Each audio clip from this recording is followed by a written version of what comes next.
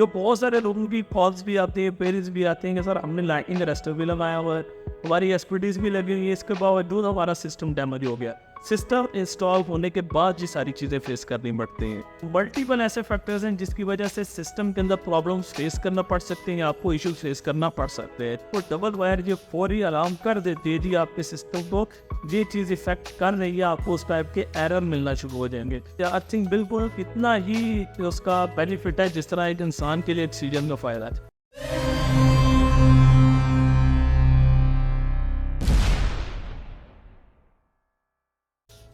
अस्सलाम वालेकुम व्यूअर्स, मैं हूं सकाउर रहमान और आप देख रहे हैं FP इलेक्ट्रॉनिक्स। तो दोस्तों, आज आप लोगों के लिए एक इंफॉर्मेटिव वीडियो लेके आया हूँ। इस वीडियो के अंदर हम कुछ ऐसी चीज़ें डिस्कस करेंगे जो कि मोस्टली इंस्टॉलर्स को भी फेस करनी पड़ती हैं और बहुत सारे ऐसे कस्टमर्स भी होते हैं जिनको सिस्टम इंस्टॉल होने के बाद ये सारी चीज़ें फेस करनी पड़ती हैं। तो हमारा बेसिकली इस वीडियो बनाने का मकसद ये है कि इनिशियली जब आप सिस्टम डिज़ाइन करवा रहे हैं या इंस्टॉल करवा रहे हैं या आप प्लानिंग कर रहे हैं या कुछ भी ऐसी चीज़ जो इनिशियल बेसिस के अंदर हो या इनिशियल प्रोसेस में हो, तो उसमें ये सारी चीज़ें होना बहुत ज़रूरी है। तो ये जो वीडियोस हम लोग बनाते हैं ये हम अपने पर्सनल और प्रैक्टिकली एक्सपीरियंस पे बनाते हैं।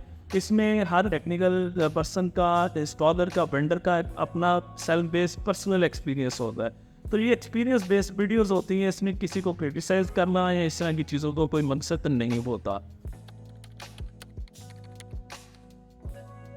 आज की वीडियो के अंदर हाइब्रिड इन्वर्टर्स और इनकी इंस्टॉलेशन और इनकी वायरिंग और तमाम चीज़ों के बारे में बेसिकली वीडियो है कि जब भी आप हाइब्रिड सिस्टम लगवा रहे हो, घर में वायरिंग करवा रहे हो, तो आपने इन सारी चीज़ों का खुसूसी ध्यान रखना है, क्योंकि हाइब्रिड सिस्टम के अंदर जो सबसे बड़ी चीज़ है उसमें आपके घर का लोड भी इन्वॉल्व होता है। क्योंकि ऑन ग्रिड जो सिस्टम होता है ना, जब आप उसको इंस्टॉल करते हैं तो वो डायरेक्ट उस पॉइंट पे कनेक्ट होता है जहाँ पे आपका ऑलरेडी घर का लोड भी कनेक्ट होता है। ना तो वो विदाउट वापडा काम करता है और ना उसके साथ कोई बैटरी लगती है और ना इसमें घर का लोड इन्वॉल्व होता है आपका।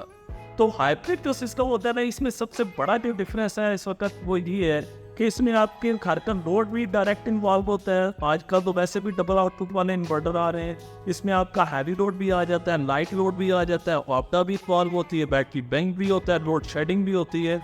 तो मल्टीपल ऐसे फैक्टर्स हैं जिसकी वजह से सिस्टम के अंदर प्रॉब्लम्स फेस करना पड़ सकते हैं, आपको इश्यूज फेस करना पड़ सकते हैं।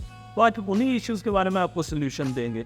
तो हाइब्रिड सिस्टम के अंदर आपने जब भी घर पे सिस्टम लगवाना है, इनिशियली आपने वायरिंग का स्पेशली ध्यान रखना है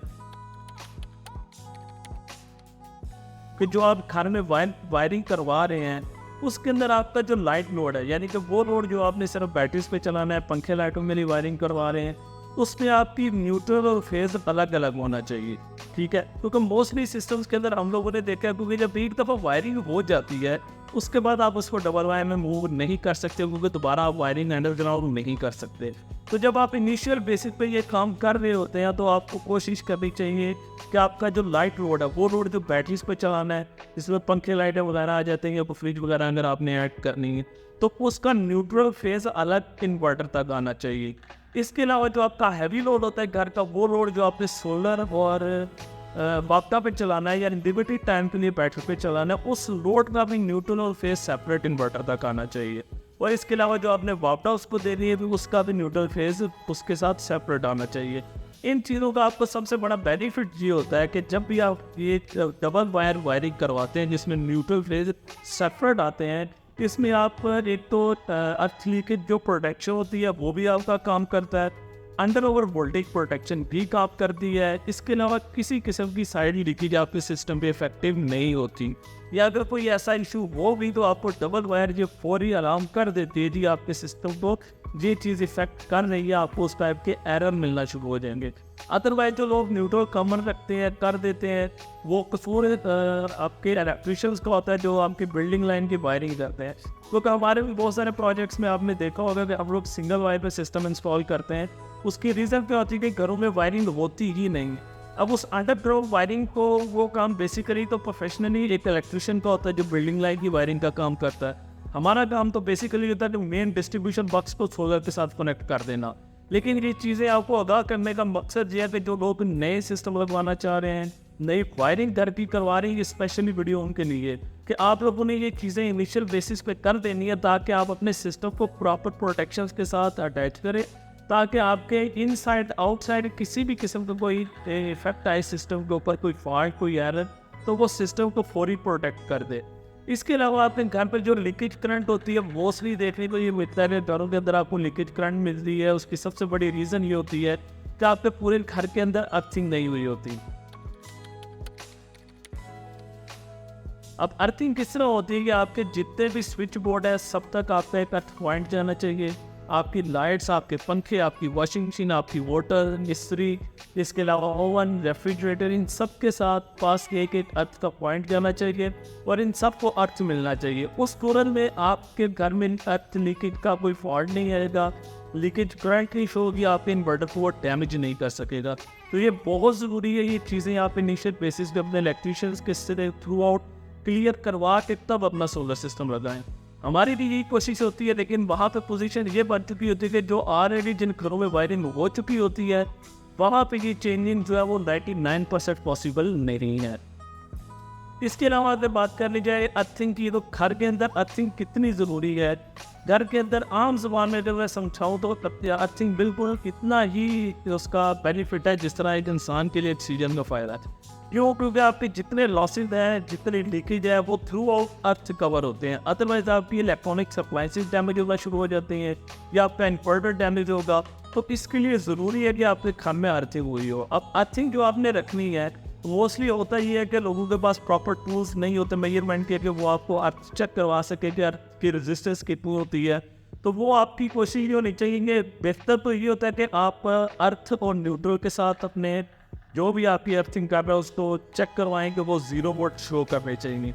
अगर वो 0 नहीं शो कर रहा तो आपके 5 से नीचे वोल्टेज उसके होने चाहिए, तब अर्थ आपका प्रॉपर फंक्शन करता है। इसके अलावा अगर आप रेजिस्टेंस वैल्यू में जाते हैं तो आपकी रेजिस्टेंस 2 ओम से नीचे, जो स्टैंडर्ड है वो तो बिलो द 1 ओम है, लेकिन 2 से नीचे या 3 से नीचे भी हो फिर भी वो फंक्शन कर लेती है।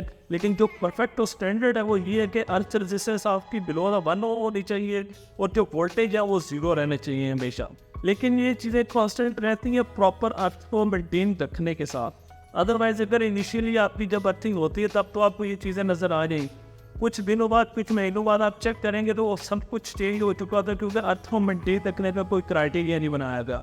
उसको मेंटेन रखने का आपको सिस्टम इस तरह का करवाना चाहिए कि उसमें एक एक्स्ट्रा पाइप निकालें जिसमें दोबारा आप अर्थ केमिकल डाल सकें और पानी डाल सकें ताकि वो नमी नीचे बरकरार रखे और आपका सिस्टम को प्रॉपर अर्थिंग मिलती रहे। इसके अलावा आसमानी बिजली के बहुत ज़्यादा साइड इफ़ेक्ट होते हैं सिस्टम्स के अंदर। अब जो आसमानी बिजली है उसका सबसे बड़ा इफेक्ट ये होता है कि आपके घर में प्रोटेक्शंस भी नहीं होती और मोस्टली ये होता है कि आपकी ये ग्रिड साइड से भी फॉल्ट आ जाता है। जो बहुत सारे लोगों की कॉल्स भी आती हैं, पेरेंट्स भी आते हैं कि सर हमने लाइटिंग अरेस्टर भी लगाया हुआ है, हमारी एसपीडीज भी लगी हुई है, इसके बावजूद हमारा सिस्टम डैमेज हो गया। तो इसका सबसे बेहतरीन सोल्यूशन वही आ जाता है जो सबसे पहले मैंने आपको बताया कि आपके घर में जितने भी वायरिंग्स है वो डबल वायर वायरिंग्स होनी चाहिए, ताकि आप ग्रिड की एंट्री के ऊपर आप उस पर प्रॉपर वोल्टेज प्रोटेक्टर, इसके अलावा उसमें आप एसपीडी, इसके अलावा उसमें आप लीकेज या आरसीबीओ जिसपे आपको डबल प्रोटेक्शन मिल जाती है, लीकेज करंट की भी और ओवर करंट की भी। तो ये चीज़ें मस्ट होनी चाहिए ताकि आपका सिस्टम ग्रिड साइड से प्रोटेक्ट हो। और घर वाली साइड पे आपकी अर्थिंग और ये सारी चीज़ें जब उस साइड पे भी लगी होगी तो आसमानी बिजली कभी भी आपके सिस्टम को इफेक्ट नहीं करेगी। मेंटली सेटिस्फेक्शन आपको इसी चीज़ से मिलेगी।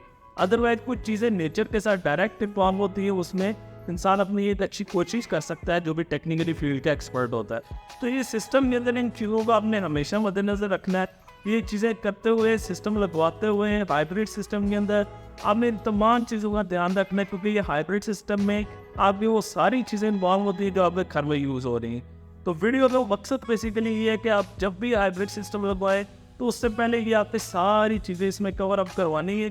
करवाने के बाद ताकि आपको पता हो कि आपका सिस्टम किसी भी कंडीशन में किसी भी एक्सटर्नल इफेक्ट की वजह से डैमेज नहीं होगा या इंटरनल इफेक्ट नहीं होगा उसमें। तो उसके लिए ये सारी चीज़ें बहुत ज़रूरी है। तो मज़ीद वीडियोज़ के लिए चैनल देखते रहिए।